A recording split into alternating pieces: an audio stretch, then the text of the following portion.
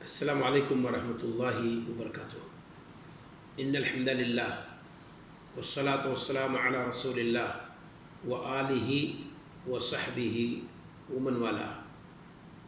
آج کے اس درس میں ابو ادریس الخولانی رحمہ اللہ کی ایک بات ہم نقل کریں گے اور اسی کی قدر وضاحت کریں گے۔ وہ ذرا دیکھیے کہ وہ کیا کہتے ہیں لَأَنْ أَرَى، یہ کہ میں دیکھوں فی المسجد نارا، مسجد کے اندر کوئی آتش، کوئی آگ، لا استطیع اطفاءها، جس آگ کو بجھانے کی میں طاقت نہیں رکھتا ہوں۔ آگ کہاں ہو؟ مسجد میں ہو، اور وہ اس طرح سے نہیں ہے کہ اس پر میں قابو پا جاؤں، قابو سے باہر ہے، بھڑک اٹھی ہے آگ۔ احب الیہ، شعلہ مارتی ہوئی یہ آگ جو مسجد میں بھڑک اٹھی ہے، یہ میرے نزدیک بہت بہتر ہے، زیادہ پسندیدہ ہے۔ من ان ارا فیہ، اس سے کہ میں دیکھوں مسجد میں بدعہ، کوئی بدعت، بدعتا لا استطیع تغییرہا، ایسی بدعت میں دیکھوں جس بدعت کے بدلنے کا، اس کے ازالے کا میرے اندر طاقت نہیں ہے، میرے اندر اس بدعت کو ہٹانے بدلنے کی طاقت نہیں ہے کہ بدعت کو سنت میں بدل ڈالوں یا اس کا ازالہ کر سکوں۔ تو اس بدعت سے وہ بھڑکتی ہوئی آگ جو مسجد میں لگی ہوئی ہے وہ بہتر ہے۔ بات تو واضح ہے، بھڑکتی ہوئی آگ جس پر قابو نہ پا سکوں میں، یہ آگ بہتر ہے اس بدعت سے جو بدعت کی ہٹائے جانے کے قابل نہیں ہے کہ میں ہٹا نہیں سکتا۔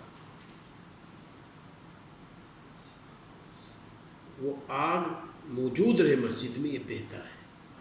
پر بدعت نہ رہے جس کو نہ ہٹا سکوں۔ کیوں بھائی؟ کیونکہ مسجد میں جو آگ لگی ہے یہ ہمارے اور آپ کے دین کو راکھ نہیں بنا سکتی ہے، لیکن مسجد میں جو بدعت لگ جائے، بدعت روایت پذیر ہو جائے،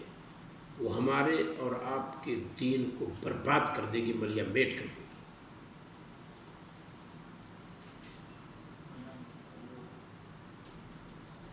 آگ سے دنیاوی نقصان ہے، چٹائی جل جائے گی، مسجد میں بچھی قالین جل جائے گی، آگ کی تپش سے فرش خراب ہو جائے گا، مسجد کا ڈیکوریشن بگڑ جائے گا، یہ سب دنیاوی نقصان ہے۔ جہاں دنیاوی نقصان ہو وہ قابل برداشت ہے اس نقصان کے جو دینی نقصان ہو، کیونکہ دنیاوی نقصان سے آخرت نہیں آپ کی بگڑنے والی ہے، لیکن اخروی اور دینی بگاڑ سے دنیا بھی برباد ہو سکتی ہے اور آخرت تو برباد ہی ہے۔ لہذا آگ اگر بھڑکتی ہوئی ہو مسجد کے اندر، آپ جان لیجئے کہ اس آگ سے زیادہ مضر و بدعت ہے جو مسجد کے ممبر و محراب پر بیٹھ کر کے لوگ الاپتے ہیں، بغیر پید و صفحے کے ساتھ بولتے ہیں اور لنترانی ہانکتے ہیں دین کے نام پر اور سنت کے نام پر۔ ان کی اس لنترانی سے وہ آگ کہیں زیادہ بہتر ہے۔ مسجدوں میں لگے مسند پر اگر آگ لگ جائے وہ مسلط خود آگ اگلنے لگے جس پر ہم قابو نہ پا سکیں، یہ آگ بہتر ہے وہاں بیٹھے ہوئے جبہ و دستار والے اس بدعتی و خرافاتی کی بات سے جس سے ہمارا اور آپ کا دین برباد ہو جائے، ملیا میٹ ہو جائے۔ یہی ابو سعید خولانی رحمہ اللہ کہہ رہے ہیں۔ دوسری بات،